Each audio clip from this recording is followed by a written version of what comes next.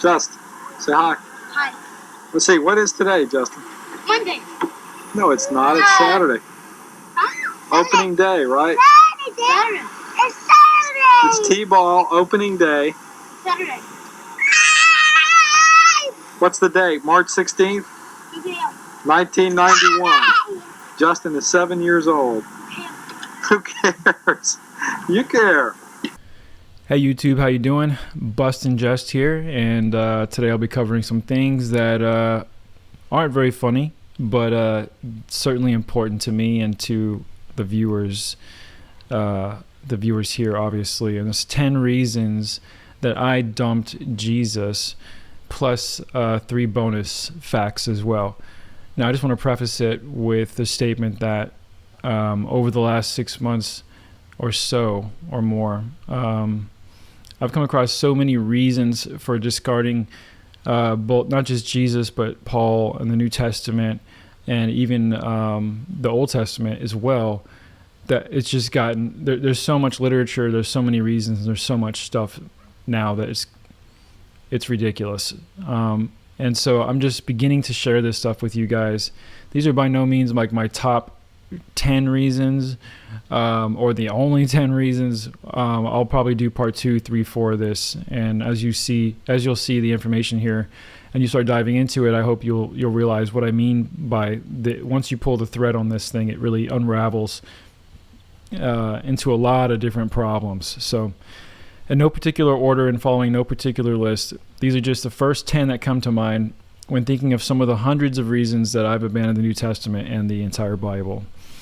Literally today, I just sat down and was like, let's think of some reasons. I mean, this is just, again, not any particular priority, just some of the reasons. I know that some of you are thinking that you agree that the New Testament is flawed and BS, but the Torah is perfect and will never change anyways.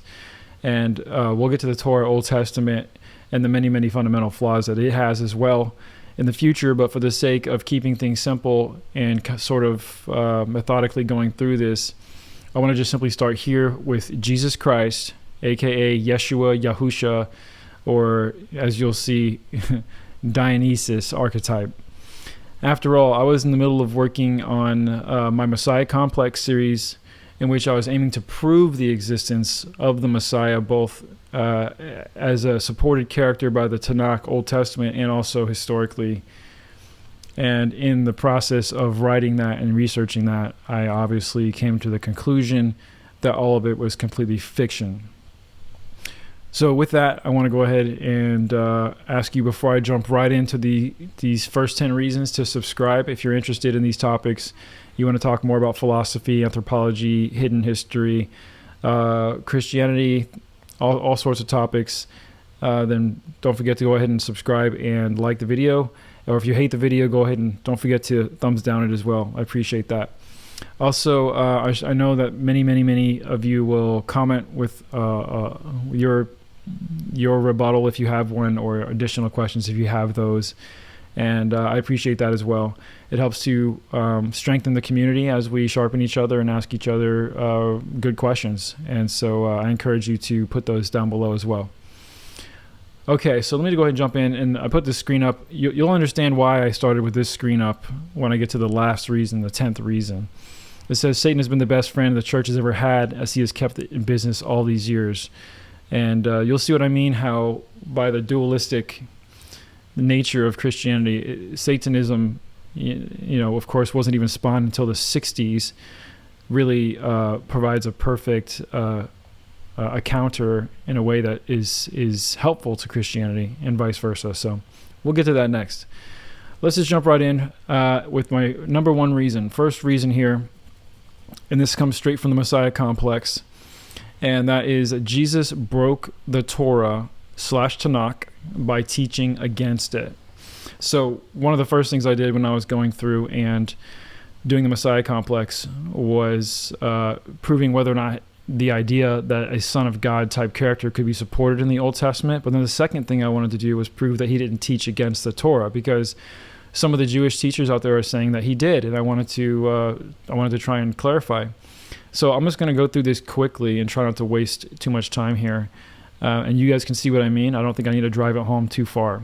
But in Matthew chapter 5, we'll start with verse 27 through 28. These are the Beatitudes and things like that. And it could be said that more of this chapter could really be problematic if you really dig into it versus the Torah. I encourage all you hardcore literal Torah followers to go through Matthew 5 again and see if you can see what I'm talking about here. But in Matthew 5, 27 through 28, it says, "You have heard it that it was said, 'You shall not commit adultery.' But I say to you that everyone who looks at a woman with lustful intent has already committed adultery in his heart." And it goes on to say, "If your right eye causes you to sin, to tear it out and throw it away," etc., etc. So this is an interesting case here because it does seem it's not as outright against Torah as it seems, but if you really dig into it and really take it to its end, it does become quite problematic, since Torah is a polygynous, provides for a polygynous community. So the Torah actually allows for men having multiple wives.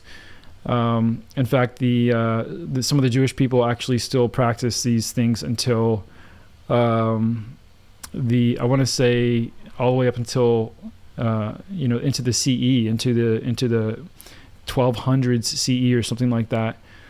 Although it's not very commonly, it's not very common these days in today's Jewish communities. It was something that was very common in the Torah, and we'll see that if you read the Torah, you see that most of the patriarchs had multiple wives, and obviously that was something that fell within the Torah, since in Torah there is at least 2 verses that talk about if a man has 2 wives and how to deal with that situation, and it's not speaking against it either. So polygyny, not polygamy, where it allows for 2 women and 2 men, or 2 men, but polygyny, where it only allows for 1 man and multiple women. Albeit the Torah does teach against orgies, so I don't think it's any 3-way stuff going on. I think it was probably 1 man, 1 woman per visit. I don't think there was anything crazy going on there. But the point is, polygyny is a Torah concept. So first thing you have to do is break this down into, you have to immediately change this, right? Because it says, if you look at a woman with lustful intent, you've already committed adultery with her, right? But by definition, adultery is actually having sex with a woman who belongs to another man. I know it's modern day adultery looks at it differently. Modern day adultery would say, if the husband has sex with another woman, that also is adultery, any woman at all. But again, if you go back to a polygynous situation where Torah permits, for example, the father of the 12 patriarchs had 4 wives, and I don't even remember all their names off the top of my head, but he actually had 4 wives, and through them he begat the 12 tribes of Israel. So obviously it was okay for him at some point in his relationship to look upon these other women with lust in his eyes in order to take another woman. In fact, any man who engaging in polygyny in the old times, in the times of the Torah or Tanakh, if you want to pretend like that time existed, they would have had a wife, and they would have by nature needed to lust after or see another woman, another girl that they want to purchase according to Torah for a second wife, and that would not be considered adultery to lust after that girl. It's actually okay. It's well within her purview to do so. So when Israel was looking at his other women, so immediately you have to change this to, it can't mean any woman with lustful intent, right? So immediately, if you're going to keep Torah, you have to say, oh, what it really means is looking at another man's wife. It really means if you look at another man's wife with lustful intent, then you're committing adultery in your heart. But that's not exactly what the scripture says. And I remember in the past diving into this deeply in the Greek, and it literally is not saying that. It's saying you're looking at any woman can cause adultery. Also, I believe it says here that if you divorce, here's the next section right here, 531. It says, whoever divorces his wife, let him give her a certificate of divorce. Now, this is from the Torah, right? But I say to you that everyone who divorces his wife, except on the ground of sexual immorality, makes her commit adultery, and whoever marries a divorced woman commits adultery. Again, kind of a sweeping statement here. Whoever marries a divorced woman commits adultery, but that's not the case according to Torah. In Torah, if you give a woman a certificate of divorce, she's free to remarry, and she doesn't commit adultery by doing so. Also, the Torah says if a man finds any impurity in his woman, that he can divorce her. It doesn't say specifically only that she cheated on him. In fact, in the Torah, if she cheats on him, she dies. She doesn't get divorced. So it can't, the impurity in Torah that a man finds when he's allowed to divorce his wife, that can't be sexual impurity, because if it is, she would have been killed according to Torah. So there's a lot more leniency for divorce rules in the Torah, and Jesus here in the New Testament is speaking against that leniency and saying, no, you can't divorce. In fact, if you even marry a divorced woman, you're committing adultery. These things are not in the Tanakh. These are additions to the Torah. Next, I want to go right down to, there's more examples in this chapter, but I'm just going to hit a few and keep moving forward, because I want this video to be shorter than longer, because there's so much to cover here. Retaliation section. So Matthew chapter 5, verse 38 here. Let's read this section. It says, "You have heard that it was said, an eye for an eye and a tooth for a tooth. But I say to you that do not resist the one who is evil. But if anyone slaps you on the right cheek, turn to him the other also." I don't think our founding fathers followed this advice. "If anyone would sue you and take your tunic, let him have your cloak as well. And if anyone forces you to go 1 mile, go with him 2. Right, don't refuse those who would borrow from you." Wonderful. Okay, well, this is interesting, because the Torah literally does say an eye for an eye, a tooth for a tooth. The Torah teaches that there should be retaliation, even and fair retaliation, according to the council, for pain that's inflicted upon another person, and the pain should be commiserate with what was the damage that was caused. And an eye for an eye, a tooth for a tooth is a good principle. Not necessarily that we should intentionally stab someone in the eye, that accidentally maybe stab someone else in the eye or whatever, but the idea that you should repay justly according to the measure of the crime. And what Jesus is saying here is not to seek justice, actually, which is contrary to Torah. Torah teaches us to seek justice and to do mercy, walk humbly, all these things. I think it's Micah something. There's plenty of verses about the importance of seeking justice, providing justice, and how Yah loves justice. So to say, and the Torah's way of implementing justice was through this eye for an eye, tooth for a tooth system, where the council could come together and decide what is the most appropriate way to fairly repay someone who's been evil to someone else. Jesus comes along and says, no, forget that.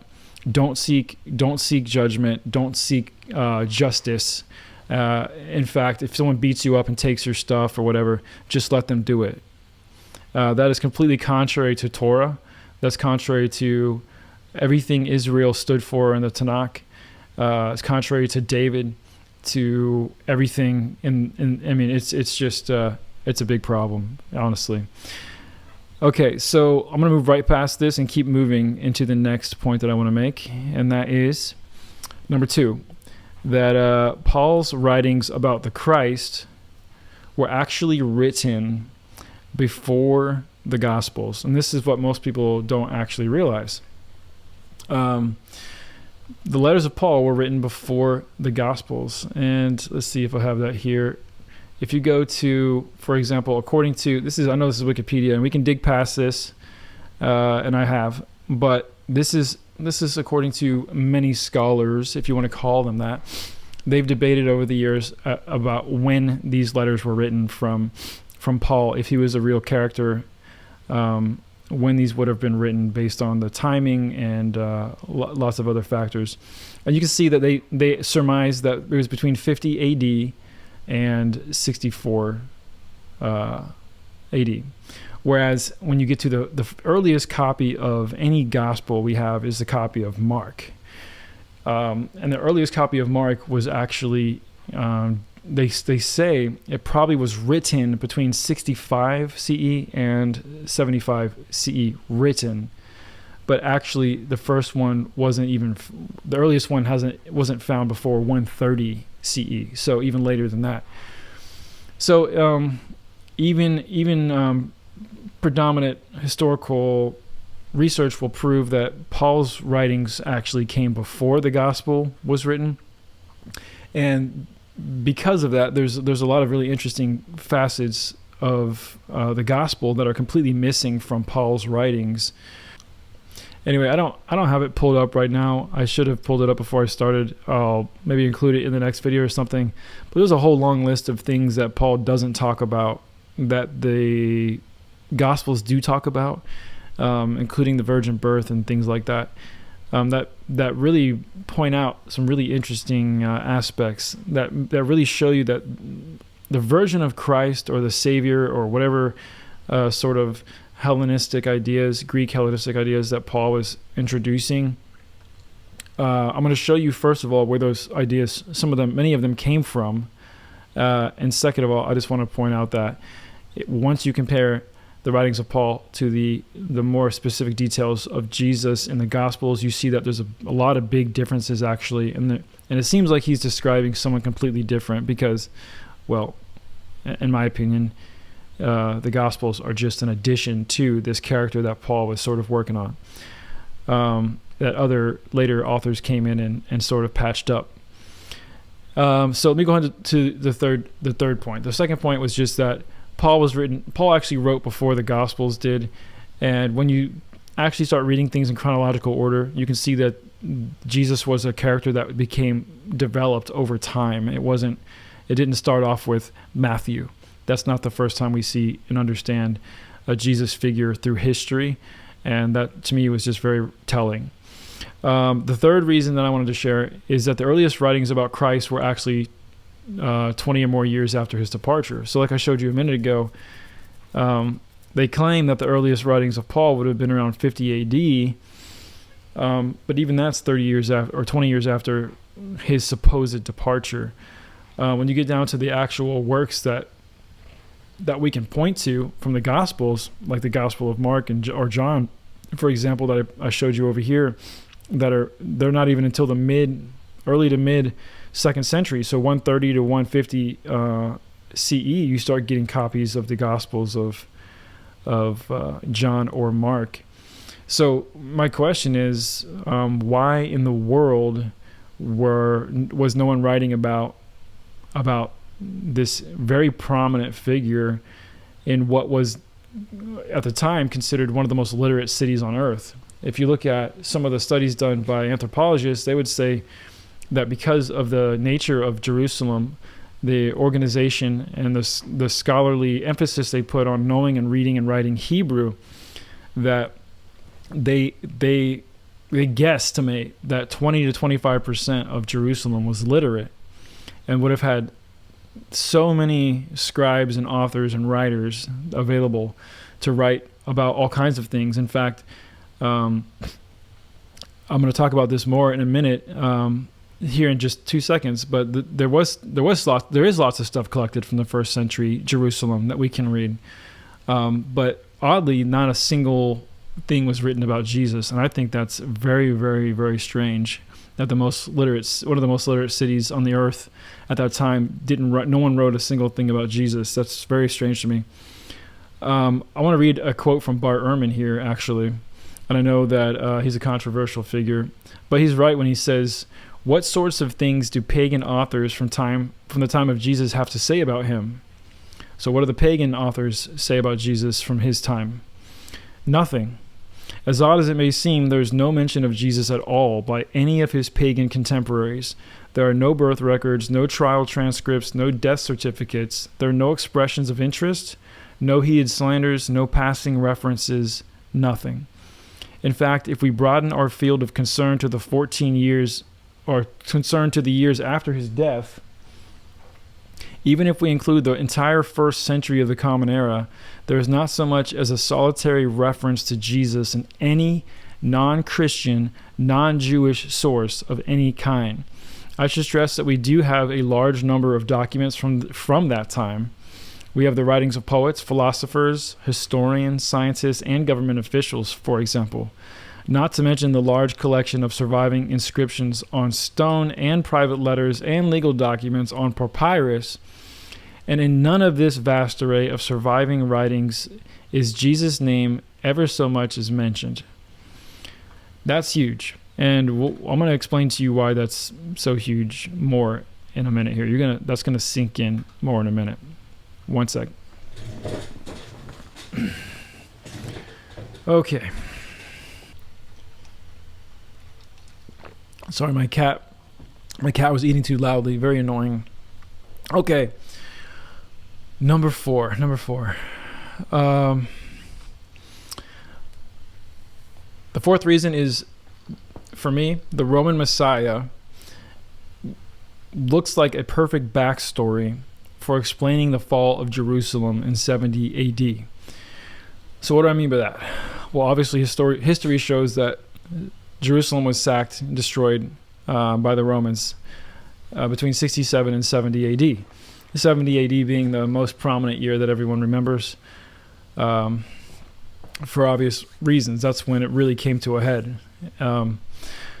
So the question, the point that I want to make is when ideas about these sort of Hellenistic, Stoic, Platonic, Greek ideas started to push into Jerusalem among the elites, among the Pharisees, and like I said, the Hellenized Jews. There was a lot of conflict between sort of the elites of the time and the sort of middle lower class conservative Jews of the time in Jerusalem. So I really can't encourage you enough to please watch the Caesar's Messiah on YouTube, and I'm linking that in the description box, and read Creating Christ by James Valiant and Warren Fahey, which I'm also linking in the description box, since they provide way more details about what I'm trying to explain to you here. But the conservative Jews who were constantly rebelling against Rome believed Rome needed to be kicked out so they could keep all of their Torah and all that properly, the right way, without being interfered with by Romans in any way, shape, or form. The more progressive Jews, the Pharisees, for example, the Hellenized Jews, like Josephus and Paul and those types, were actually already at work sort of trying to convince the Jews to adopt a more universal approach to their spirituality, to adopt a sort of a non-literal approach to Torah, like the Pharisees were starting to do in some ways. And the conservative Jews were not having that. They wanted the law of Moses, they wanted Torah, they wanted nothing interfering with that. And that's why we have these rebellions, because the conservative Jews wanted to have an uprising, kick Rome out, and get their religious freedom completely back, which Rome was sort of stifling with their antics.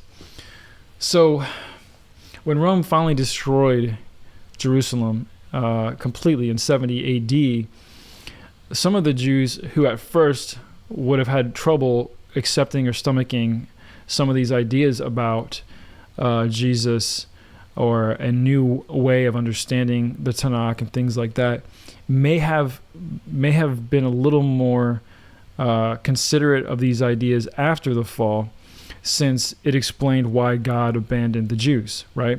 I mean, the Jewish people have to explain, at the time, there's probably a strong desire to try and explain why God would completely and totally abandon the Jews and destroy Jerusalem, etc.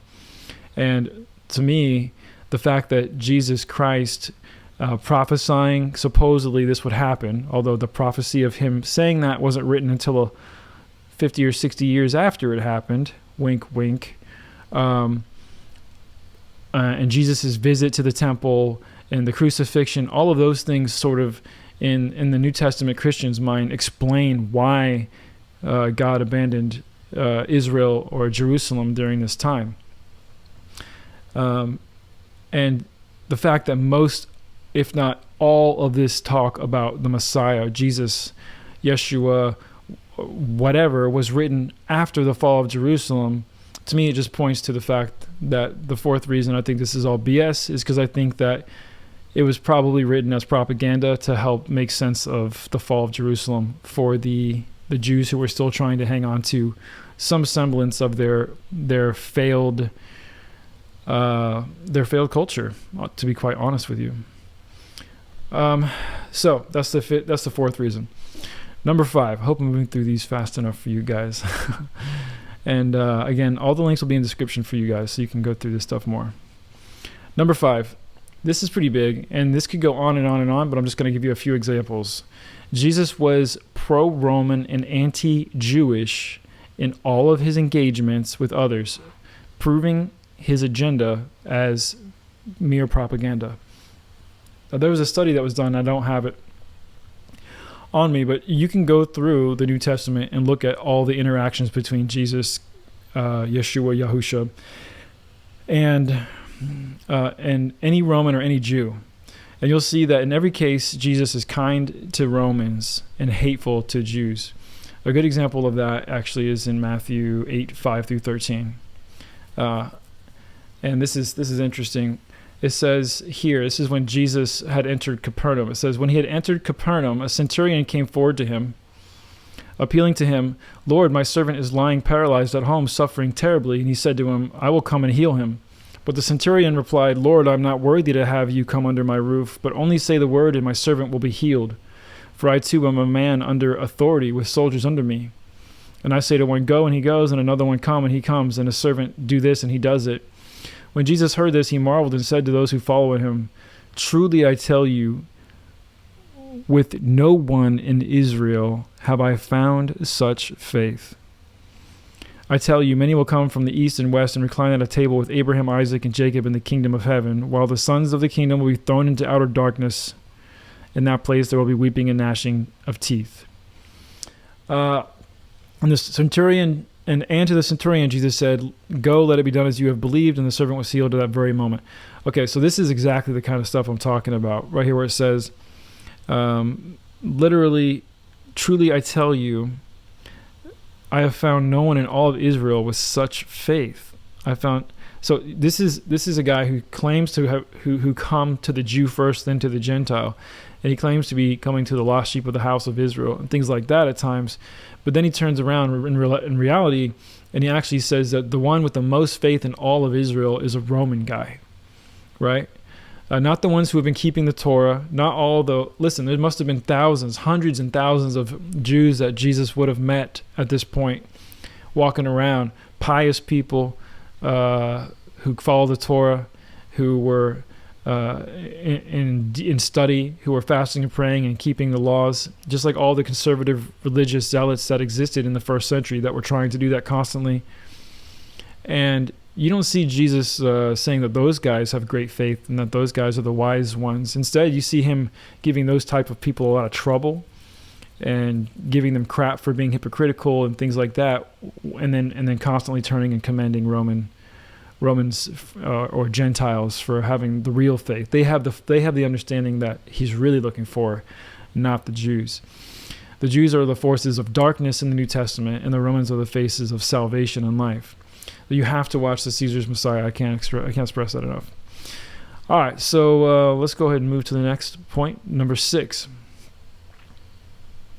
And if the point's not clear enough, the reason why Jesus is always pro-Roman, telling you to pay taxes and that they have the greatest faith and many other things along those lines, is because it's Roman propaganda. The entire stories were written by Roman agents to promote Roman ideas. It's really that simple.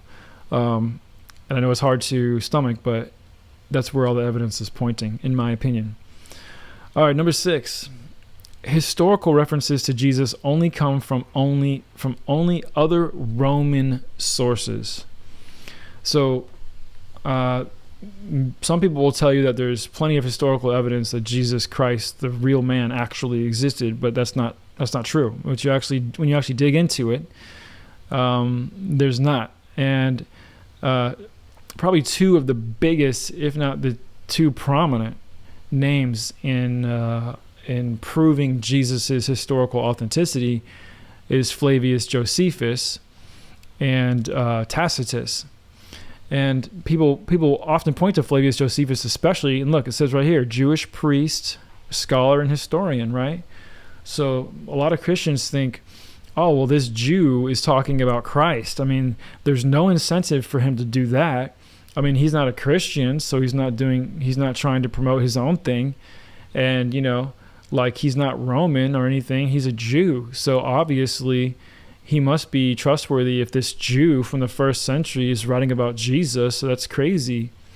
But that's not at all the case. Flavius Josephus is Roman. And although he was raised Jewish, albeit a Hellenized aristocrat, half Greek type Jew, rich family Jew, he was raised that way, yes. But let me show you that he actually was full-blooded Roman when he started writing about Roman history, right? So, by the way, Flavius is a Roman name. It's a Roman family name. That's why Flavius Josephus. He loved them so much he took on their name.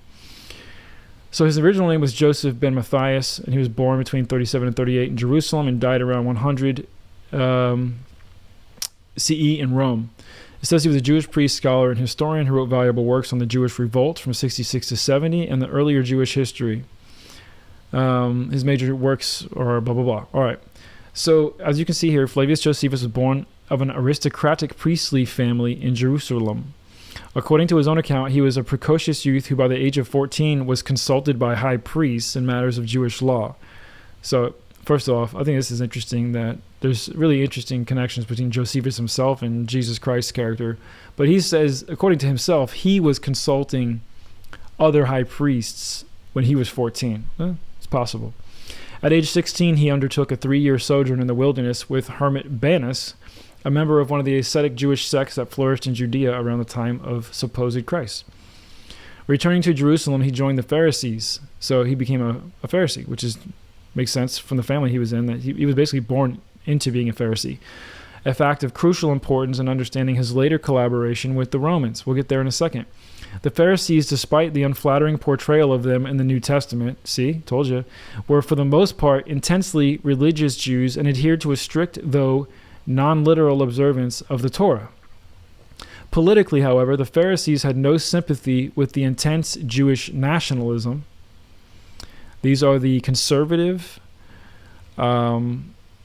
Jews who wanted to keep strictly and literally the laws of Moses, to include circumcision and all those things. They wanted to keep those things in place, and they were against the evolution of Judaism, the evolution of the Torah, and they were against the mixing of the Torah with the Greek ideas, basically, which is so essentially, if you have a good understanding of history, you'll understand that these conservative Jews are the ones that Paul would have been writing about, that were giving him crap all the time. That's them. These are the Pharisees. Well, they're not necessarily Pharisees, I should say, but these are the zealots, he says. That's the better word, not Pharisees. These are the zealots he wrote about that were always trying to do away with him, because he was trying to do away with the law, and they weren't having it. But anyway, that's another story completely. Let's go back to this screen here. Politically, the Pharisees, like Flavius Josephus, were not sympathetic towards the Jewish nationalists, the rebels, right, of such sects as the military patriotic zealots, and were willing to submit to Roman rule if only the Jews could maintain their religious independence. So what this means is Josephus was cool with submitting to Roman rule, and the Jewish nationalist zealots were not willing to submit to Roman rule unless they could maintain their religious independence, and that was the difference between the two. A very important distinction, right? So in 64 AD, Josephus was sent on an embassy to Rome to secure the release of a number of Jewish priests of his acquaintance who were held prisoners in the capital. There he was introduced to Poppaea Sabina, Emperor Nero's second wife, whose generous favor enabled him to complete his mission successfully. Cool. All right, this is where it gets really interesting in my opinion. He returned to Jerusalem on the eve of a general revolt against Roman rule. In 66, the Jews of Judea, urged on by fanatical zealots, ousted the Roman procurator and set up a revolutionary government in Jerusalem. Along with many others of the priestly class, Josephus counseled compromise, but was drawn reluctantly into the rebellion. In other words, he was saying that they should compromise, but he ended up being part of the rebellion. Despite his moderate stance, he was appointed military commander of Galilee, where, if his own untrustworthy account may be believed, he was obstructed in his efforts at conciliation by the enmity of the local partisans led by John of Giscala. Let's move forward here. Here's where it gets interesting. The Romans, under the command of the future emperor Vespasian, which is a very important character that you'll learn a lot more about in the Caesar's Messiah and creating Christ. Vespasian's a very prominent, very important figure in all this. He arrived in Galilee in the spring of AD 67 and quickly broke the Jewish resistance in the north. Josephus managed to hold the fortress of Jotapata for 47 days, but after the fall of the city, he took refuge with 40 diehards in a nearby cave. There, to Josephus's consternation, the beleaguered party voted to perish rather than surrender. Josephus, arguing the immorality of suicide, proposed that each man in turn should dispatch his neighbor, the order to be determined by casting lots. Josephus contrived to draw the last lot, and now as one of the last two surviving men in the cave, he prevailed upon his intended victim to surrender to the Romans. So basically, he convinced everybody else to kill themselves and kill each other instead of surrendering, and then he surrendered. Led in chains before Vespasian, Josephus assumed the role of a prophet and foretold that Vespasian would soon become emperor, a prediction that gained in credibility after the death of Nero in AD 68. So out of just pure desperation, Josephus, appealing to the ego of Vespasian, says, "I prophesy that you will be emperor." The stratagem saved his life, and for the next 2 years he remained a prisoner in the Roman camp. Late in AD 69, Vespasian was proclaimed emperor by his troops, and Josephus' prophecy had come true, and the agreeable Jewish prisoner was given his freedom. From that time on, Josephus attached himself to the Roman cause. He adopted the name Flavius, Vespasian's family name, accompanied his patron to Alexandria, and there married for the third time. So his first wife died, his second one ran away from him. Josephus later joined the Roman forces under the command of Vespasian's son and later successor Titus at the siege of Jerusalem in AD 70. He attempted to act as a mediator between the Romans and the rebels, but hated by the Jews for his apostasy and distrusted by the Romans as a Jew, he was able to accomplish little. Following the fall of Jerusalem and the destruction of the temple, Josephus took up residence in Rome, where he devoted the remainder of his life to the literary pursuits under imperial patronage. This means that for the rest of his life, Josephus was being paid by the imperial family of Rome to write. Okay? Then he became a historian. So he first started writing in 75 to 79 about the fall of Rome, and this is the place in which he mentions the Christ or something like that in one of his writings. But it's extremely important to point out that by the time he said those things, he was deeply entrenched working with and working for the Roman families. He was not just some Jew writing about Jesus as some third party with no interest in the situation. He was very interested in the situation, since the Flavian family would have been the very Romans that he was working with right there, Titus and everybody. He was right there, who were trying to get the Jews to stop fighting them. So clearly, it would have been in his interest to help them propagate this rumor about a new Messiah who speaks peace to the Romans and doesn't fight them. Right? Fits in perfectly. Okay, I'm gonna leave that here. I'm gonna leave this link for you. Here, I'll read some of this for you real quick too before I move on. This part in Tacitus. Let's see. Actually, never mind. There's no point in reading all this to you. I'll just give you all the links to this, so you can read about what Josephus said, and et cetera, et cetera. Tacitus would have been the other well-known reference to Jesus Christ that supposedly came out of the 1st or 2nd century, but I just wanted to point out that Tacitus was also a Roman historian, and he didn't actually he didn't make mention of the Christ or anything like that until AD 116. So again, almost 100 years. I mean, we're talking 80 years after the death of Jesus Christ, supposedly. So, again, I just want to point out all these supposed third-party sources for mentions of Jesus in the first century are not good. They're scant, and it looks like propaganda to me if you know the whole context here. Okay, 7. I'm trying to move through this. The 7th reason I dumped Jesus. Some of the mysteries that Paul is speaking of when in the New Testament, he learned mostly from Plato and Socrates, and Aristotle even, if Paul's even a real character.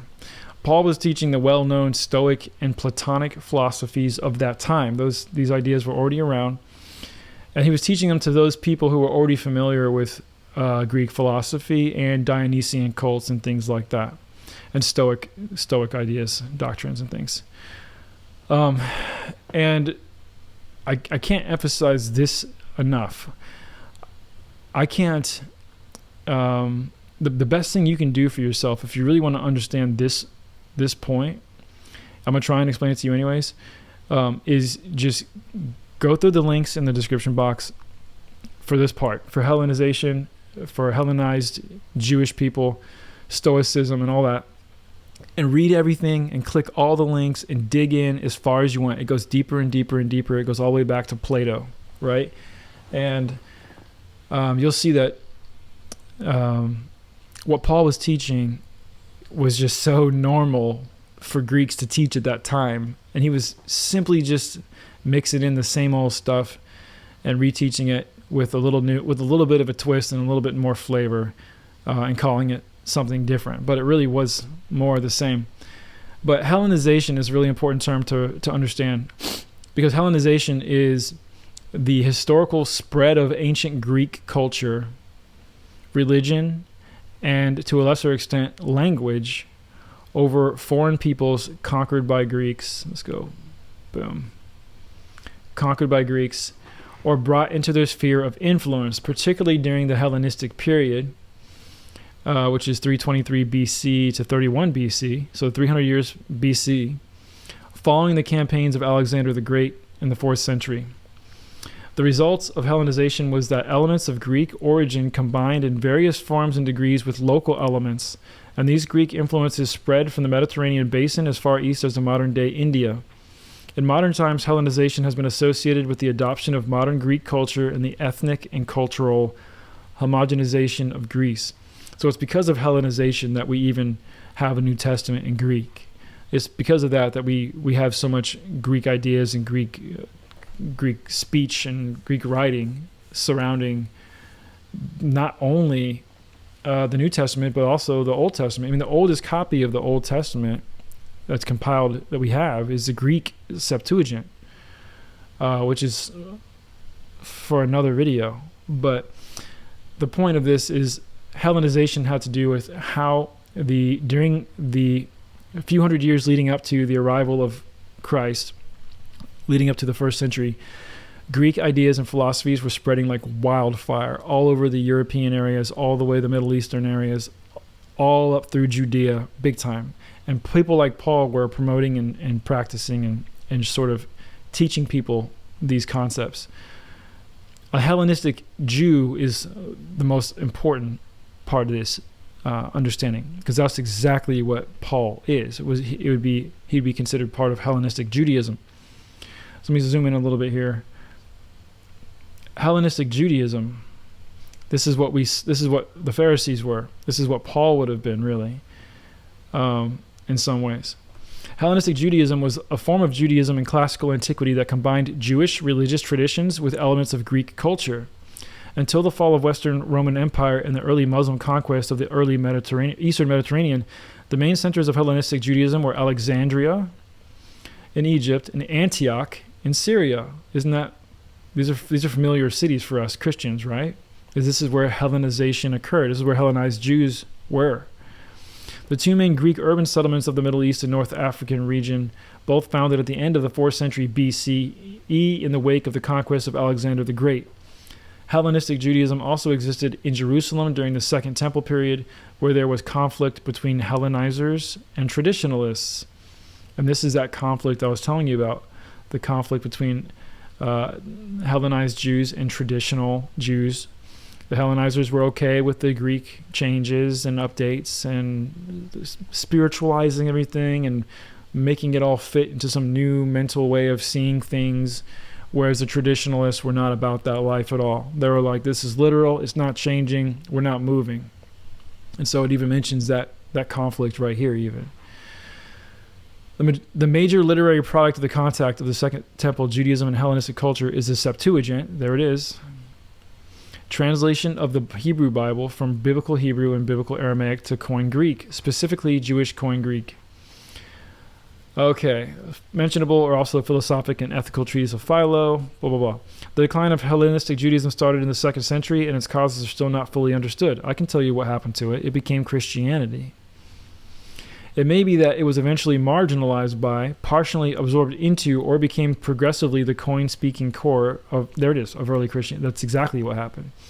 Centered on Antioch and its traditions, such as the Melkite Greek Catholic Church, blah, blah, blah.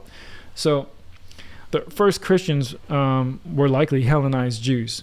Basically Jews who were okay with mixing in Greek, Plato, Socrates, Aristotle, and sort of Gnostic ideas into their Judaism and sort of moving forward with something else. That's exactly what Christianity was. It started off as sort of a weird amalgamation of Greek ideas with Jewish ideas, and that's exactly where you get Hellenistic Judaism. And that's what Paul was running around trying to explain to all these Jews who were rejecting him because they were traditionalists, they were zealots, they were conservatives, and he was talking about some other nonsense that sounded awfully Gnostic. The more you dig into this, the more you'll understand. Like, if he was real and if those conflicts really did happen, it does kind of make sense since he was teaching against traditional Torah.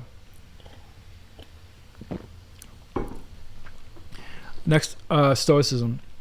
These are ideas. I just want to share a couple of ideas with you. Really, you need to read about Plato, about Aristotle, Socrates, Neoplatonism. Really digging into all that stuff, and you'll start to see the big picture that I'm talking about here. Let's talk about Stoicism for a minute, though, because Stoicism, and I read this earlier. This version of understanding Stoicism from Wikipedia is not my favorite, but the point is, in Stoicism, you find this idea of denying yourself, right? Denying the flesh to sort of reach enlightenment of sorts, right? Stoicism has this idea of not being controlled by your lusts, your hungers, your desires, and your comfort needs and things like that. So I just want to point it out because I think Stoicism really is one of the founding and core concepts that really fueled some of what was being taught by the Hellenized Jews later. So Stoicism is a school of Hellenistic philosophy, which there's that word again, founded by Zeno of Citium in Athens in the early 3rd century BC. It is a philosophy of personal ethics informed by its system of logic and its views on the natural world. According to its teachings as social beings, the path to eudaimonia, or happiness, is found in accepting the moment as it presents itself by not allowing oneself to be controlled by the desire for pleasure or by the fear of pain, by using one's mind to understand the world and to do one's part in nature's plan, and by working together and treating others fairly and justly. So I'm not going to go way too deep into this. I don't know if there's anything I wanted to specifically point out, except just the fact that once you really dig into the understanding Stoicism more and more, you start to really understand that it really does bring forward 300 or 400 years before Paul's writings a lot of the same ideas, a lot of the same stuff. Again, read Plato. If you read Plato, you'll really see where Paul got his stuff from. It's pretty amazing. All right. So that was number 7. Paul's mysteries and all this stuff really came from Plato, Socrates, and Hellenistic ideas from Greece. And and we'll dig into that more in the future. All right, number 8. Jesus was modeled after Dionysus and other dying and rising, wine-turning demigods that were familiar during the time and long before that time to gain acceptance and favor from intellectuals.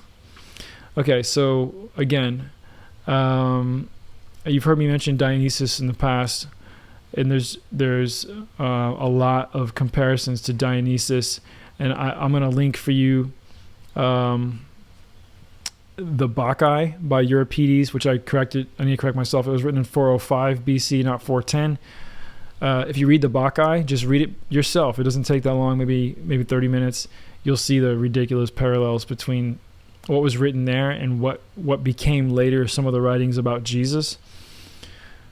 But the prevalence of Dionysian cults around Greece and Athens and all this during the same time that we're talking, this Hellenistic period, the prevalence was high. The Dionysian cults go back way back. I mean, I want to say even beyond 900 years BC, I believe.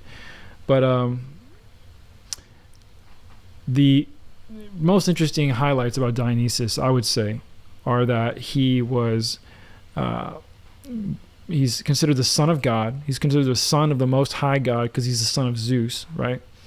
He's considered half human, so a demigod, right? He was first born of his own mother, Simile, I believe it was. Remember, maybe it's not. I can't remember her name. I have to go back through this again. And then he died and rose again. Okay. He was eaten, which Jesus tells us to eat his flesh, right, and drink his blood. And then he was born again. And actually, during one of the pregnancies, he was in danger. So Zeus actually cut him out of the womb of his mother and sewed him into Zeus's own thigh to protect him while he grew in his father's thigh. So he was also born of the father. Okay. Let's see what else. Dionysus, his primary miracle was turning water into wine. He was considered the god of wine. And he ran around with a harem of bridesmaids of sorts. Brides, literally, he slept with them. They ran around having orgies and getting drunk and making merry in the wilderness and stuff. In the wilderness, okay? So there's like 10 things right there. And there's more. I mean, there's literally more about Dionysus that you guys should understand. It's said that during the Dionysian cult rituals that used to occur, the priests of Dionysus used to set out these giant, really tall jugs of water for the festival of Dionysus, and that overnight between the beginning, the night before the festival began and the beginning of the festival, that the priests of Dionysus, the water would turn into wine in celebration of Dionysus's power.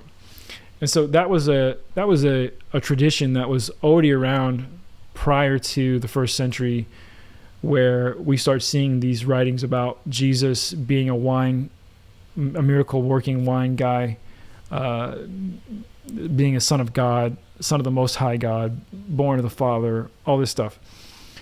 When these type of ideas were being introduced to Hellenized Jews, it wasn't super far-fetched. To them, it wasn't like necessarily some crazy brand new idea. To some of them, it probably was familiar because they've heard some of the Hellenized Jews, at least, would have been familiar with Dionysus and some of these other ideas already. So when people like Paul, or maybe in the late first century, early second century, when people would have started talking about Jesus Christ, or Christos, and things like that, and his nature and the things about him, you can be sure that the top level intellectual minds at that time, they already understood it. They would have read about it and gone like, okay, I see. Yeah, Jesus Christ. Yeah, they're familiar with this Dionysus idea. Sure. To them, these things were like passing fads, these new religions, these new ideas, these new gods. And it would have been no big deal to accept Christ into their life and accept him instead of Dionysus now, because it's just so easy and familiar. So I'm not going to read this entire thing to you, but I want to read a few parts, right? Despite obvious similarities between Dionysus and Jesus Christ, like wedding wine miracles and Jesus' statements about being the one true vine, which Dionysus talks about, by the way, being the true vine, written in 400 BC. These two figures may seem completely opposite, Jesus, the meek and humble Savior, and Dionysus, the ecstatic, sexually active founder of wild, drunken parties. However, on closer examination, there are themes that run between the literary traditions of both figures that are closely tied. This article will not, of course, argue that Jesus is nothing more than a pagan god of wine, but it will draw attention to parallels that do exist, and that would have been well known and easily identified. This would have been well known and easily identified by both believers and critics of the early Christian movement, meaning everyone who was trying to be sold Christianity at the time would have been familiar with these ideas. Like I was saying, they would have been like, oh, yeah, I see what you... Okay, so kind of like the Easter Bunny, except with different colors. Okay, cool. It would have been a situation like that, you know. Dionysus, like Jesus, was the son of a divine ruler of a world and a mortal mother, appeared in human form among mortals, was killed and restored to life. Early Christian writers, aware of the similarity between Christianity and the mystery cult, Dionysian cult, claim that the latter is a diabolical invitation of the former. The correspondences between Christianity and the other mystery religions of antiquity are perhaps more startling than the differences. Orpheus and Christ share attributes in the early centuries of our era, and of all our major ancient deities, Dionysus has the most in common with the figure of Christ. So I'm going to leave this link for you in the description box. Please read this entire article. By the way, this same work where Dionysus is mentioned in the Bacchae by Euripides in 405 BC. In that same work, you also have the same story of Paul on the road to Damascus, being blinded and being told not to kick against the pricks.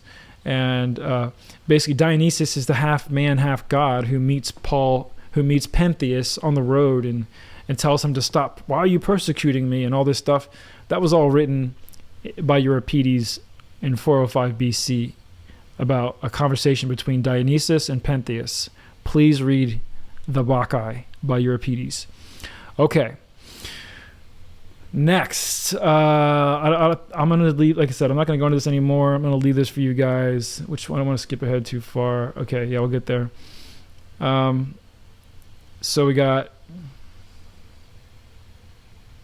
we hit all the points. Okay, that was point number 8. Let's go to point number 9. 9. The book of John is Gnostic and is based on the works of Plato. I'm really looking forward to you guys digging into and understanding this word logos, and understanding that the idea of the word become like the word being flesh, or the word being an intermediary between God and man. Those kind of ideas are from Plato, and they're from several hundred years before Christ also. But there's some really interesting things about John specifically that I thought we should touch on really quickly.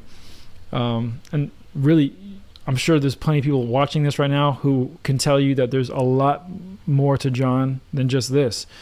But interesting, I found a really interesting pattern. Actually, a friend of mine named Christian, ironically enough, showed me this pattern, and then we looked it up today. But we'll get to the pattern in a second. Gnosticism is the doctrine of salvation by knowledge. You see that right here, right? Think about like,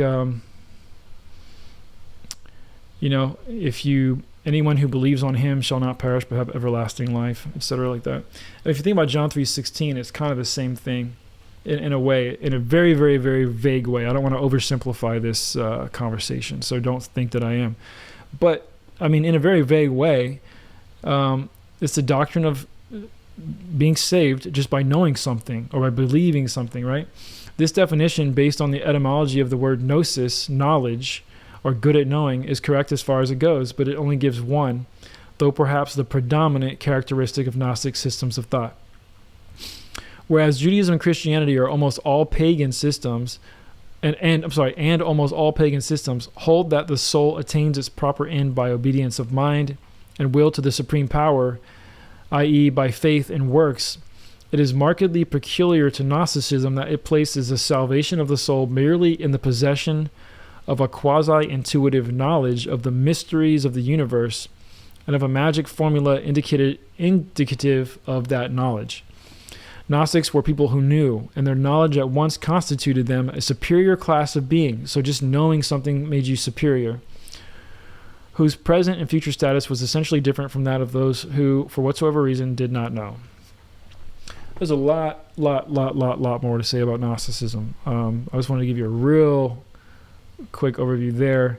And I'm going to, again, leave this link in the description box. Okay, I'm just going to go straight over to the logos here, and it'll all come together in a second. I guarantee it. Just give me a second. All right, so let's talk about the logos, or in English, the word, right? The word became flesh, or the word is an intermediary between God and man, those type of ideas. The logos. The logos, from the ancient Greek, meaning I say, is a term in Western philosophy, psychology, rhetoric, and religion derived from a Greek word variously meaning ground, plea, opinion, expectation, word, speech, account, reason, proportion, and discourse. It became a technical term in Western philosophy beginning with Heraclitus in 535 through 475 BC, who used the term for a principle of order in knowledge. So the word, the logos, or the word, was first used by, I don't know how to pronounce his name, Heraclitus in 535 through 475 BC. Ancient Greek philosophers used the term in different ways. The sophists used the term to mean discourse. Aristotle applied the term to refer to reasoned discourse or the argument in the field of rhetoric, and considered it one of the three modes of persuasion alongside ethos and pathos. Let's skip down here. Within Hellenistic Judaism, which you guys are now a little bit familiar with, Philo adopted the term into Jewish philosophy. Philo distinguished between logos and prophorikos, the uttered word, and the logos and diathetos, the word remaining within. The Gospel of John identifies the Christian logos through which all things are made as divine, and further identifies Jesus Christ as the incarnate logos.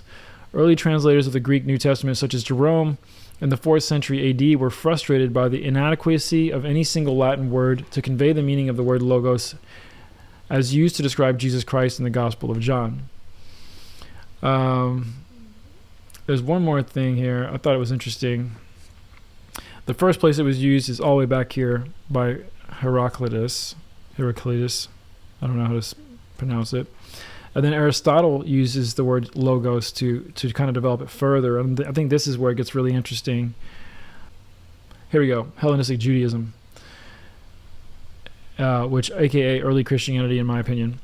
Philo, a Hellenized Jew, used the term logos to mean an intermediary divine being or demiurge. So Philo, between 20 BC and 50 AD, would have been talking about the logos, referring to like a Jesus figure, an intermediary between God and man. Philo followed the Platonic distinction between imperfect matter and perfect form, and therefore intermediary beings were necessary to bridge the enormous gap between God and the material world. The Logos was the highest of these intermediary beings and was called by Philo the firstborn of God. Philo also wrote that the Logos of the living God is the bond of everything, holding all things together and binding all the parts, and prevents them all from being dissolved and separated. All right, so here you can see that Philo even went on to say that the Logos was God's instrument in the creation of the universe. Exactly. So when you get down to it, what I'm saying is, the point I'm making here is that the idea of the Logos, these terms that were being used by the early Christian writers, the early Hellenized Jews, they were taking these terms from earlier Stoics, philosophers, from Plato, and from Greece. So now I'll move over to the Gospel the Gnostic Enigmas in the Gospel of John. Back to that idea again. I know the Logos stuff might seem sort of a sidebar, but once you really dig into the Logos, is just an example of one of the many terms that you're going to see that exist and are being used in a very similar way prior to Christianity, going back hundreds of years before 1st century BC. So that's another link you want to dig through and read more about the Logos, and you'll kind of see where I'm going with that, I think. But another big one is the Gospel of John and the Gnostic Enigmas in the Gospel of John. And I'm going to read this part to you because it's kind of essential for you to really not miss this part. I think it's crucial. I mean, I don't know how this could be any more clear evidence that John has Gnostic influences. The early Gnostics assigned profound significance to the Gospel of John, especially to the opening verses or the prologue. Just like the opening verses of Genesis, the opening verses of John allude to a beginning, but the beginning of what? Orthodox readers would say that John describes the eternal state the eternal state of the Godhead in the beginning. Thus, in the beginning there was a Father and a Son, or Logos, the Word, but the Gnostics saw an entirely different message in the Greek text. A historic eyewitness who reported on this was the Catholic father Irenaeus. In Book 1 of Against Heresies, Irenaeus quotes from a lengthy Gnostic commentary on the prologue of John. According to this source, the Gnostics believed the opening verses revealed nothing less than the very origin of the pleroma, and also explicitly mentioned the names of several primeval entities or aeons which emanated forth in succession from the Father. So the Gnostics, who use different terminology to describe very similar things, they use the word pleroma and aeons to describe a totally different belief set. But in reading this book, they see clearly that these aeons are actually hidden and ingrained into the book of John to demonstrate to the Gnostics that this actually is a secret book for them. So these aeons have the following names in Greek, and they are important figures in Gnostic Valentinian myth: Monogenes, also called Ark, and Aletheia, Logos, Zoe, Anthropos, and Charis. These are the common names of in Gnostic myth as reported by Irenaeus and is corroborated in the Nag Hammadi library. It just so happens that these very names are also mentioned in the opening verses of John. All right. In case you didn't catch that, this is alleging that the 8 aeons that proceed forth from the Father of the pleroma, or whatever the pleroma in Gnosticism, are also mentioned in the first prologue of John. In John 1 through 18, the following aeons are revealed by name, as translated from the Greek text of John. In the beginning, or arch. So the word arch is there in Greek, which means beginning. The logos is there, the word logos. Life, Zoe, is there, which was the light of men. Anthropon, man, which also signified and included, I don't know what's going. Ecclesia, the church. Charis, grace, and Aletheia, truth. Ark was also known as the only begotten son, Monogenes being the first and only begotten son. And number 8, the unknown father. So yeah, these aeons represent the primary set of 8, or Ogdoad, in Gnostic myth. According to Irenaeus Against Heresies, this primary Ogdoad was in the origin of the pleroma itself, in the eternal spiritual realm of the Godhead.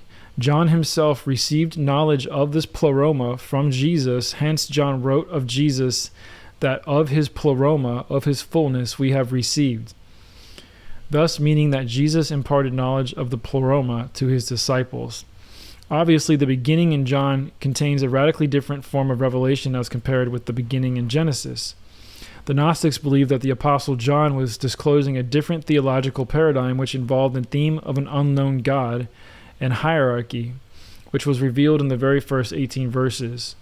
This alternative paradigm in theology may be clearly seen in the testimony of John the Baptist in John 1:17 through 18. I'm not going to go through this any further. I think you guys can kind of get the point. I'm going to leave this for you to dig through as well. But these ideas, these 8 phrases and ideas, which were known to be Gnostic before the book of John was even written, are embedded in the first prologue of John. And John, being a book that was already debatably Gnostic for other theologically and doctrinal reasons, is now, in my opinion, confirmed to have the fingerprints of a Gnostic writer right on the prologue, just for those Gnostics out there who are paying attention to know that this book really belongs to them. So it's really interesting. And along the same lines, I wanted to just go in and add this really interesting kind of along the lines of Hellenization, Gnosticism, Neoplatonism, and things, Stoicism, and all this, kind of on the same vein of thinking. I want to share this article with you. It says, "Take it from the Church Fathers, you should read Plato." Thought these were some really interesting quotes, because this article actually just comes out and tells you directly that Christianity was extremely strongly influenced by Platonic thinking.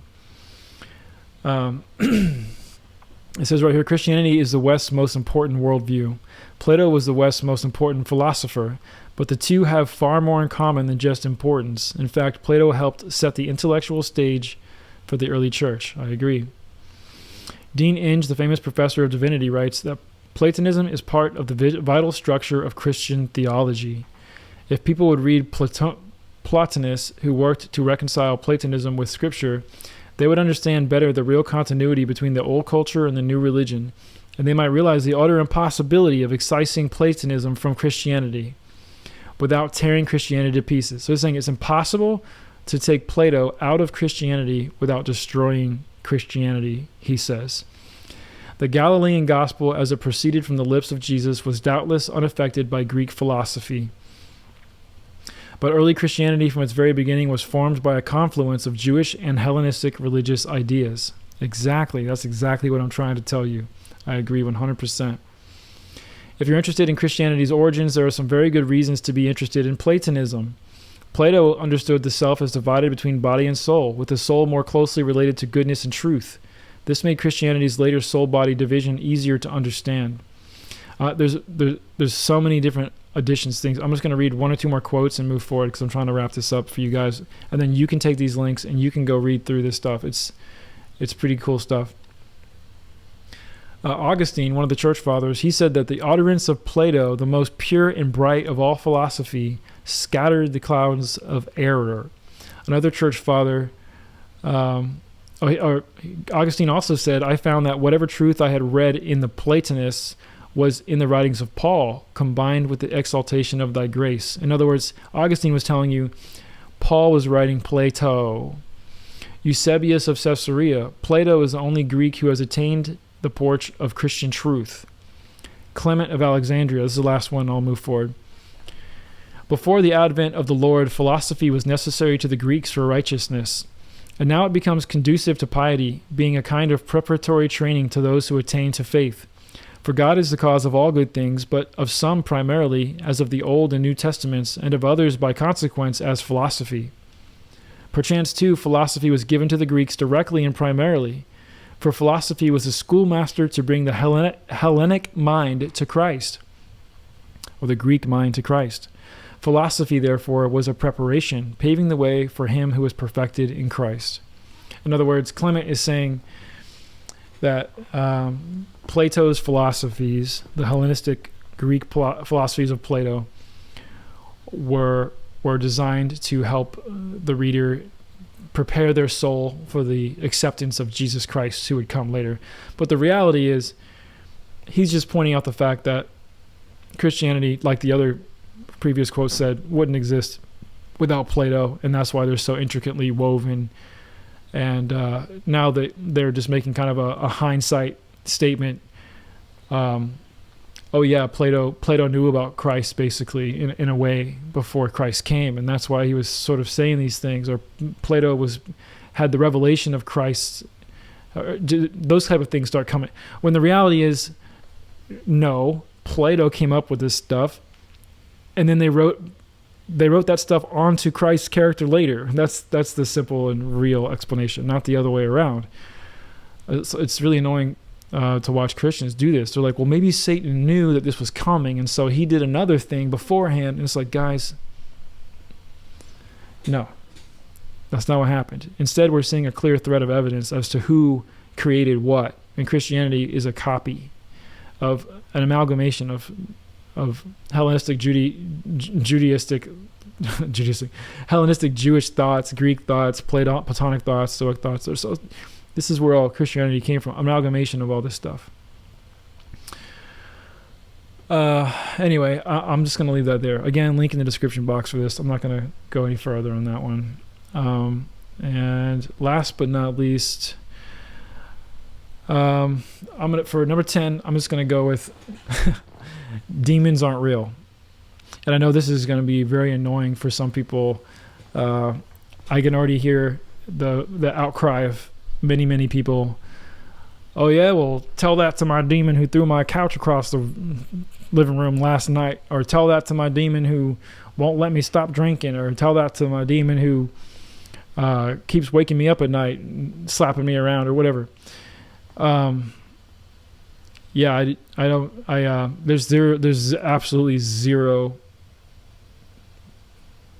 proof of any demon.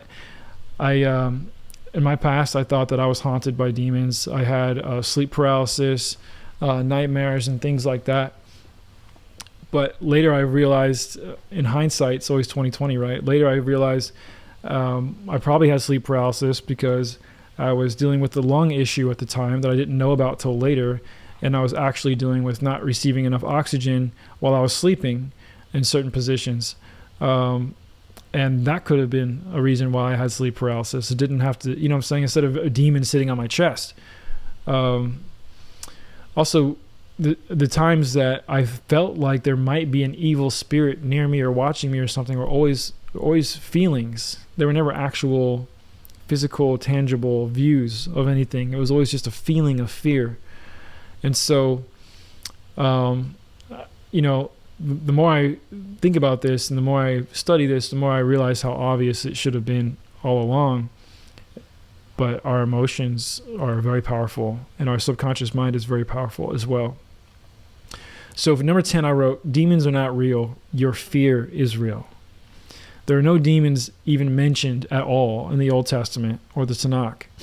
The only time they are even mentioned in other works is in the apocryphal writings that were written after the New Testament or along with the New Testament in some cases.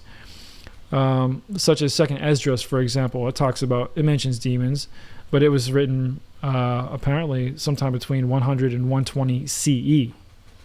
So again, that would have been around the same time Paul and the Gospels and stuff were being written. A lot of these pseudepigraphal writings are not nearly as old as you think, and some people think that if it was found in the Dead Sea Scrolls, then it must be thousands of years old. But that's not the case, because things were still being stored at Qumran all the way up until they found them. I mean, within 100, 200 years. So there's stuff there was Dead Sea Scrolls found with Roman Herodian dialect written in them. So just because it was found in the Dead Sea Scrolls doesn't mean that it was automatically 10,000 years old and written by the hand of Moses. It could have been written by Philo. I mean, it could have been written by another Roman from a couple of hundred years earlier and placed in there. We can't know for sure, but the fact that Roman script was found is troubling. The idea that demons are after you or influencing you or trying to do so is actually borderline schizophrenic behavior. There's not a single shred of evidence that demons are real except for in an individual's own perceived mental or emotional experience.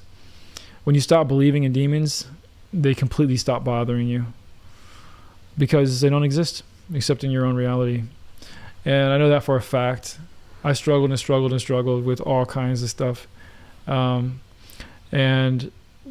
I only struggled with sleep paralysis and nightmares for a very short time when I was going through a lot emotionally and spiritually a long time ago.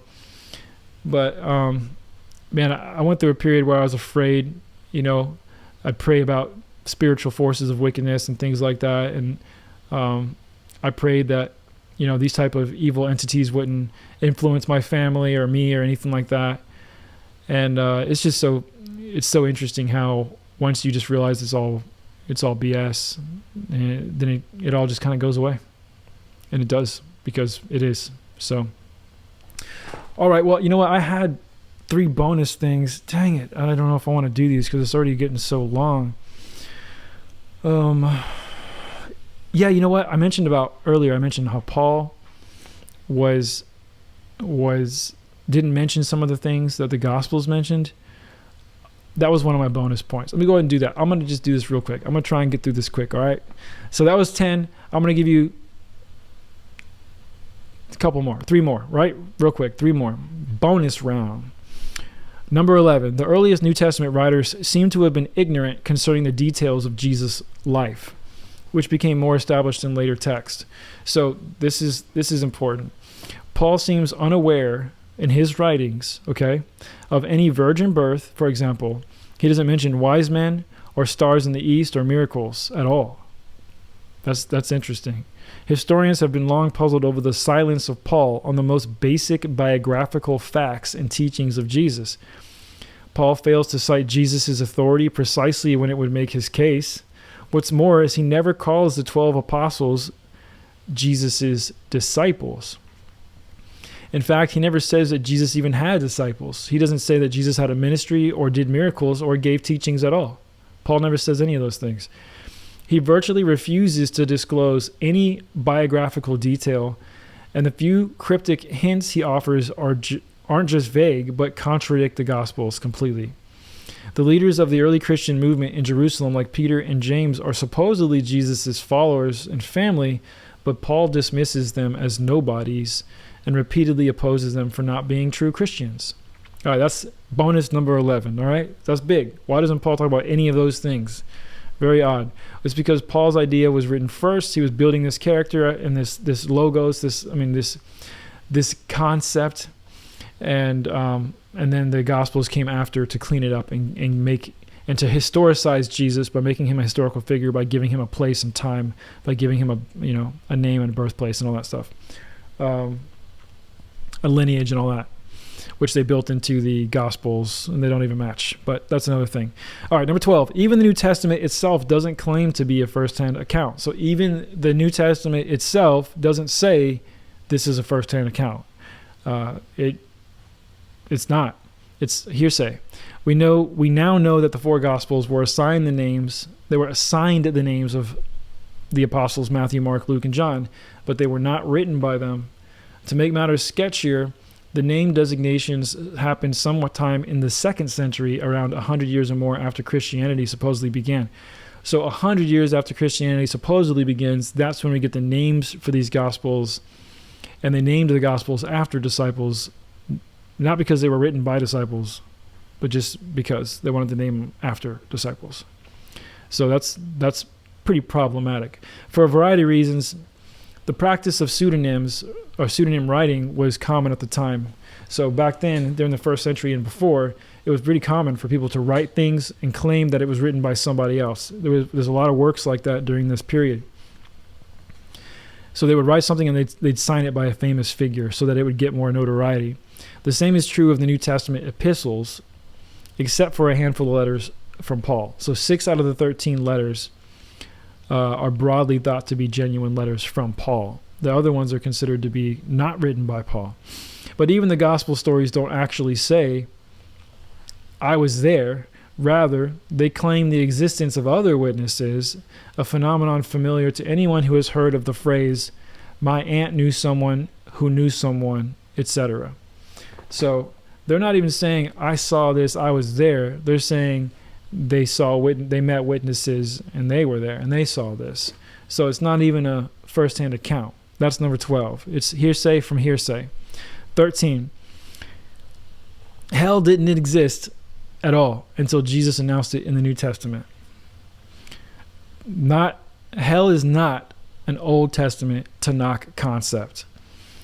If hell existed, then that would prove that the God who created said hell is an immoral dictator who punishes people eternally for the simple crime of not believing bad evidence.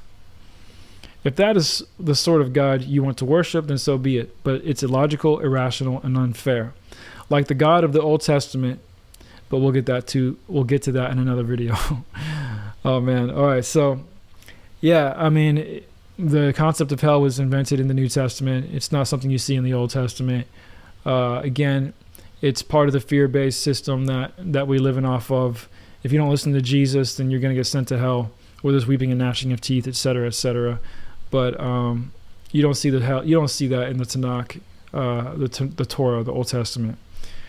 So that's reason number 13 why I'm dumped Jesus completely. I don't trust anything he's saying. I think he's a completely fictional character. I think that several authors wrote about him over a course of a long period of time to try and create Christianity and try and create it for what it is, a control system that's worked very well, actually. And of course, it's no surprise that the Romans would then later make this their state religion. Christianity became the state religion of Rome within a few hundred years of all this happening. So that's to me is now surprising, because I believe they seeded it in the first place. So before I get off of here, though, I wanted to just ask you one more time that if you enjoyed this information and you want to hear more information like this, then don't forget to subscribe and like the video and comment below. And also, don't forget to check out my last two videos. I just came back. I taught Christian theology and Christian Torah concepts for 3 or 4 years, 4 years almost, on this platform. And over the last 6 months to a year, my understanding has evolved. I'm now an agnostic who still sees value in a lot of the morality of the scriptures, but I'm examining the literal nature of it and finding it to be quite fictional. So stick around if you want to hear more about that. And one last thing I wanted to share with you guys is a bonus link that I'm going to add in the description box below. It's called 3119 Reasons for Christianity, or Christianity is False. When I actually first grabbed this link today, it actually said 3118. So they're actually adding to them day by day, it looks like. Really cool. Lots of, I mean, these aren't stupid reasons. They're pretty good reasons. Pretty deep stuff. So I'm going to share this with you as well. I think I provided so many resources for you guys to go through. Of course, I got hiccups right here at the end.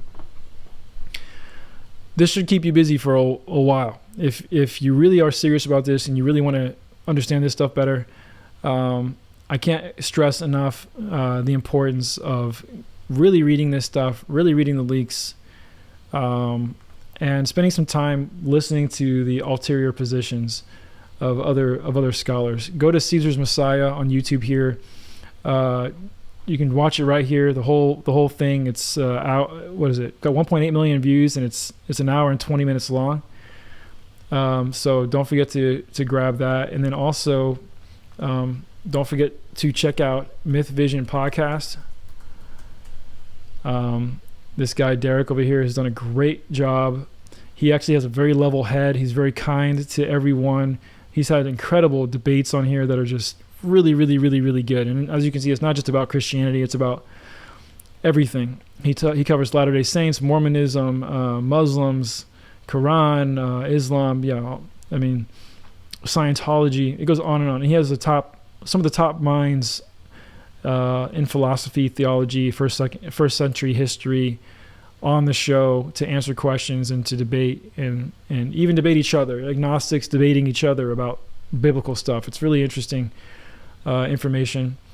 So I can't recommend this channel enough to just go over and start watch everything. You'll see yourself that I know that it's easy for people to pick on Christians because Christians are so easily flustered, but the reality is when you check this out, you'll see that no one's getting picked on. It's actually very fair and very calm and humble. And Christians have come on the show to debate, and they leave in a good mood and everything's fine. So just can't recommend it enough. I really like the host and the scholars they have on here. And this is just the tip of the iceberg, guys. I literally have some links. I couldn't find it earlier when I was trying to get this ready for this video, but I have a link I'm going to find for you guys that just will give you so much data, so many books, so many historical writings about this from so many authors of so many different backgrounds. And I really believe that what you will come to find if you really, really objectively give this a try is that it's fiction, guys. It's not real. It's a cool story, but it's not real. And life makes so much more sense without this crap. It really does. I shouldn't say crap, but it's still important to many of you. I know that, so I shouldn't call it that. But life makes a lot more sense without it. I'm telling you. It's a scary thing to let go of. What are you going to believe? Who are you? All those questions haunt you. But it's worth it. It's worth going through those questions and discovering for yourself. So anyway, still love you guys. Jackie and I will be doing more videos very soon. I have 1,000 more topics I want to cover, including more topics concerning the New Testament and the Old Testament. So stick around. Love you guys. And see you next time.